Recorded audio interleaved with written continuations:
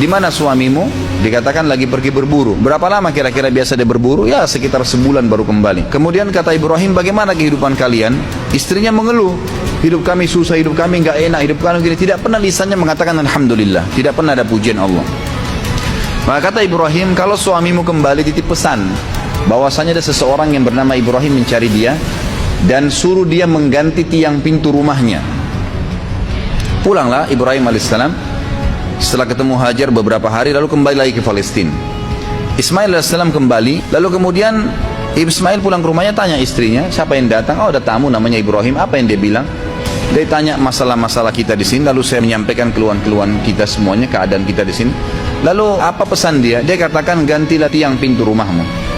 Kata Ismail, itu ayah saya Ibrahim, dia seorang nabi dan dia memerintahkan saya untuk menceraikanmu, maka saya akan antar ke rumahmu. Diceraikanlah istrinya yang pertama. Beberapa bulan setelah itu datang Ibrahim AS kedua kali, ternyata Ismail lagi berburu lagi. Kemudian dia datang, ternyata Ismail sudah menikah dengan anak suku Jurhum yang lain.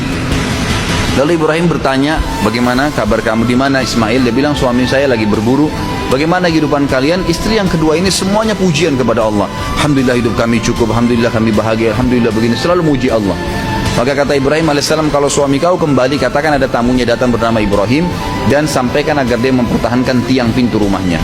Tentu pada saat Ismail pulang ke rumahnya dulu, dia belum ke rumah ibunya, lalu dia tanya istrinya, siapa yang datang? Dia katakan ada satu orang nama Ibrahim. Apa pesannya? Dia suruh pertahankan tiang pintu rumahmu. Kata Ismail, itu ayah saya Ibrahim, dia seorang nabi dan dia menyuruh saya mempertahankan rumah tangga denganmu. Ringkas cerita, Ismail ketemulah dengan Ibrahim AS. Ada perintah Allah Azza wa Jalla yang diperintahkan kepada Ibrahim AS. Baru berapa hari saja ketemu dengan anaknya Ismail, perintah yang luar biasa pada saat itu adalah disuruh Ibrahim menyembelih anaknya Ismail. Dan yang luar biasanya, perintah ini hanya datang dalam bentuk mimpi saja. Dan perlu kita tahu, para nabi-nabi kalau mimpi itu semua berita benar. Dia mimpi menyembelih anaknya. Lalu Ibrahim AS dalam surah Anbiya, dalam surah Ibrahim diceritakan, dia berkata kepada Ismail bahwasanya saya melihat dalam mimpi saya menyembelih kamu, bagaimana pendapatmu? Maka Ismail menjawab dengan sangat santun, sangat baik, wahai ayahku, lakukanlah apa yang sebenarnya kau diperintahkan dan kau akan dapat saya termasuk orang-orang yang sabar. Akhirnya Ibrahim dan Ismail AS sepakat, ayo dah kita jalani apa perintah Allah. Dua-duanya pergi sampai ke wilayah Mina. Pada saat itu datanglah Ismail dan Ibrahim AS di 3 titik di dekat gunung Mina yang sudah diperintahkan oleh Allah dalam mimpi untuk disembelih anaknya Ismail.